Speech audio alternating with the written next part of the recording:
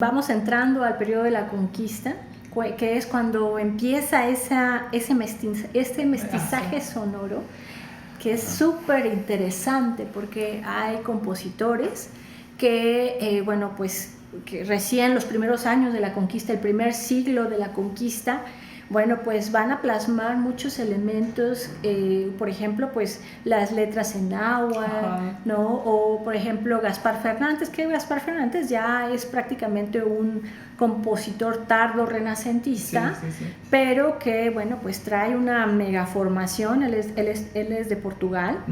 Y pues él llega a América en 1599, ¿no? Y él ocupa él primero llega a Guatemala, él es organista en un inicio, y posteriormente se va a Puebla, ¿no? Y en Puebla es maestro de capilla, pero eso es, ya me estoy saltando todo un siglo, pero vamos viendo que él va a mezclar, digamos que elementos costumbristas, así se les denomina. Hay una cosa que también me gustaría antes de que empecemos con esta parte de la conquista, en este libro que ya te había mencionado en algún momento previo a esta plática, que me comentabas que ya es un libro pues ya viejo, que sí ya es como parte sí, de la base que hay que leer, pero obviamente las actualizaciones en la investigación van mucho más rápido, acerca de la conquista musical de México, este libro de Turrent, el libro de Turrent. Y algo que me llamaba la atención ahí es un poco el aspecto de cómo empieza a hablar de la relación musical que existe en ese entonces, pues no era España, antes de la llegada de la conquista, o sea, previo a la conquista, que era, el Castilla, Aragón. Pero es que ahí tienes que ver, por ejemplo, en España tiene una historia muy interesante, sí, en el sentido de que España es heredera de, por ejemplo, las manifestaciones culturales musulmanas. Exacto, de la... Sí. Entonces, en el siglo VIII, cuando ya tenemos que Mahoma muere, por ejemplo, pues las tribus árabes, ¿no? Que estaban en todo lo que hoy conocemos como la península arábiga, comienzan a unirse, y hay dos grandes dinastías, la dinastía o dos grandes califatos, ¿no? El de Occidente, que es el califato abasí, y el de Oriente es el de Oriente es el abasí, y el de Occidente es el omeya.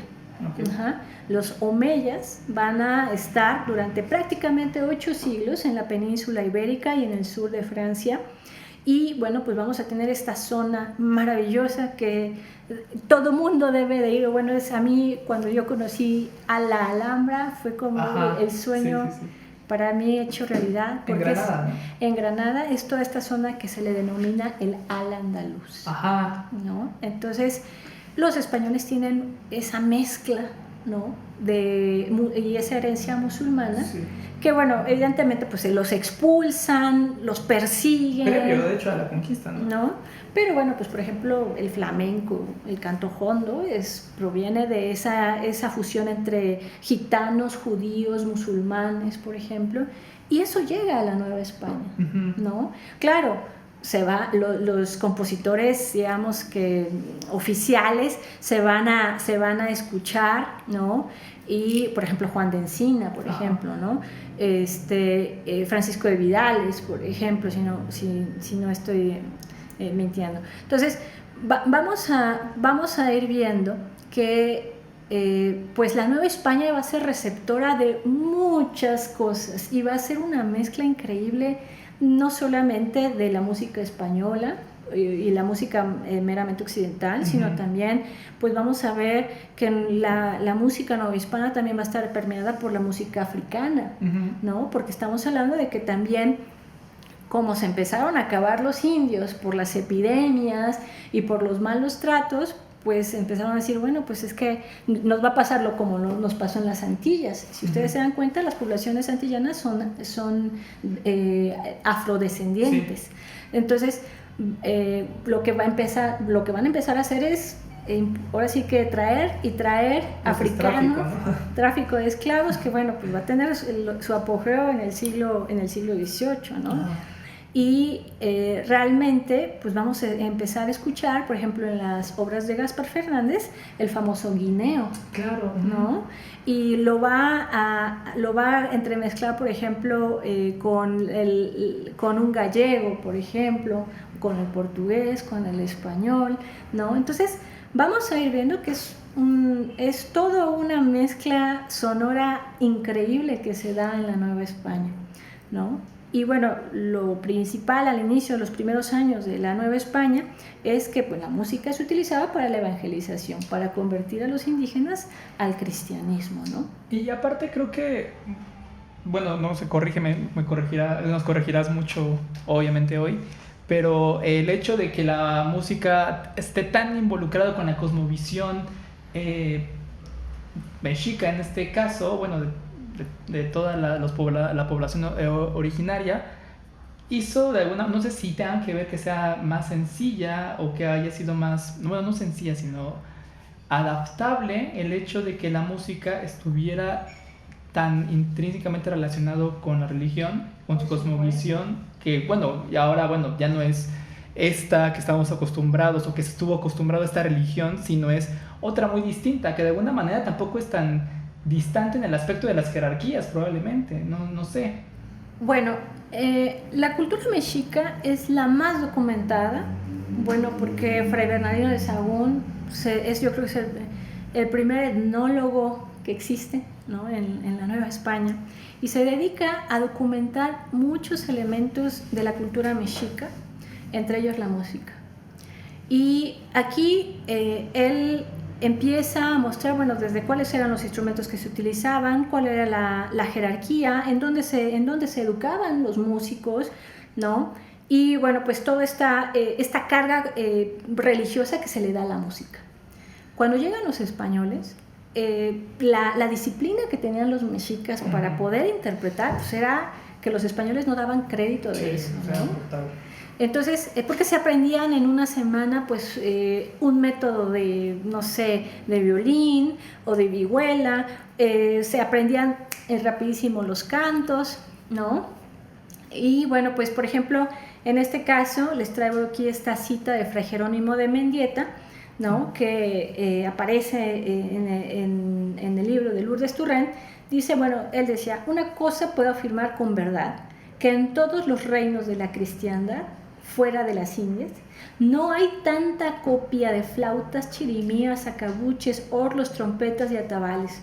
Los demás instrumentos que sirven para solaz y regocijo de las personas seglares, los indios los hacen todos y los tañen, rabeles, guitarras, cítaras, vihuelas, arpas y monocordios, ¿no? Entonces, esta cita que hace Mendieta hace alusión de que hay una gran proliferación de instrumentos, hay muchos aprendices, ¿no? Hay indígenas que ya se están dedicando ya a ser ayudantes, por ejemplo, del maestro de capilla.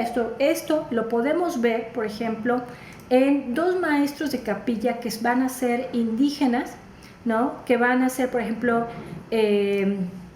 Tomás Pascual y Juan Matías, ¿no? Que son dos maestros de capilla indígenas, ¿no? Y entonces esto nos habla de la necesidad de la música en la Nueva España.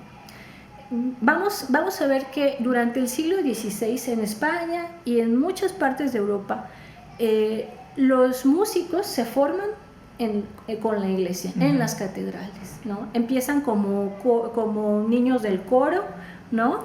Y después van subiendo de puesto y le van ayudando al maestro de capilla hasta que el maestro de capilla le sucede el puesto, porque aparte pues eran puestos vitalicios, sí, o sea, si tú te ganabas ese puesto, era que hasta que te murieras.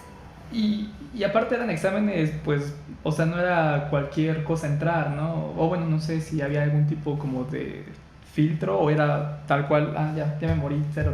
En un inicio vamos a tener que sí no había como tal exámenes de oposición, así se les llama, ¿no? En un inicio tú empezabas como un niño de coro, como un 6, ¿no? O un tiple, por ejemplo. iba subiendo, podías ser ayudante, podías tú manejar los instrumentos de la iglesia, y ya posteriormente, digamos que antes de llegar ya a ser maestro de capilla, eras tú el ayudante del maestro de capilla. Entonces el maestro decía, bueno, pues yo ya estoy... había maestros que, luego, pues ya no... es que era mucha la carga que ellos tenían que componer, ¿no? Casi semanalmente para todas las fiestas religiosas que se tenían, porque hay que recordar que la vida social de la Nueva España se regía por la iglesia, ¿no? Los repiques de las campanas de las catedrales te decían, pues no solamente pues las horas, sino el Ángelus, por ejemplo, ¿no? Cuando uno está en el centro histórico y a mediodía suena el Ángelus, o cada campanado, el tipo de campanadas, ¿no? Que se tocaban, pues regían a la vida social de la Nueva España. Entonces, además de ser compositor, tenían que dirigir el coro, tenían que llevar la administración de todo lo que significaba la actividad musical. O sea, era verdaderamente un chambal, ¿no? Sí. Entonces imagínate un maestro de capilla que ya estaba muy viejito, ¿no? Y decía, bueno, es que ya, o se quedaban ciegos también, sí, ¿no? Y sucedían al ayudante. En un inicio pasó eso, pero ya en finales del siglo XVII, principios del siglo XVIII, vamos a ver que esto va a cambiar y surgen los exámenes de oposición, en donde les dan en el número de horas para que ellos hagan una composición. Por ejemplo, Manuel de Sumaya hace este maravilloso villancico que se llama Solfa de Pedro, y que habla acerca de cuando Pedro niega a Jesucristo 3 veces y se arrepiente, ¿no? Por eso es que el Papa es sucesor de Pedro, es digamos que esa personificación de Pedro, porque se arrepiente y bueno, Jesús lo perdona, ¿no? Entonces, este villancico habla acerca de este pasaje de la Biblia, pero en donde Sumaya utiliza elementos muy originales. Hay una unión entre el texto y la música, utiliza escalas ascendentes y descendentes. Si está hablando del cielo, utiliza una escala ascendente. Si dice algo, una palabra que, por ejemplo, baja, bueno, usa una escala descendente, ¿no? Entonces, pues vamos a ir viendo que pues sí se concursaba, pero hasta prácticamente mediados del siglo XVII y al XVIII.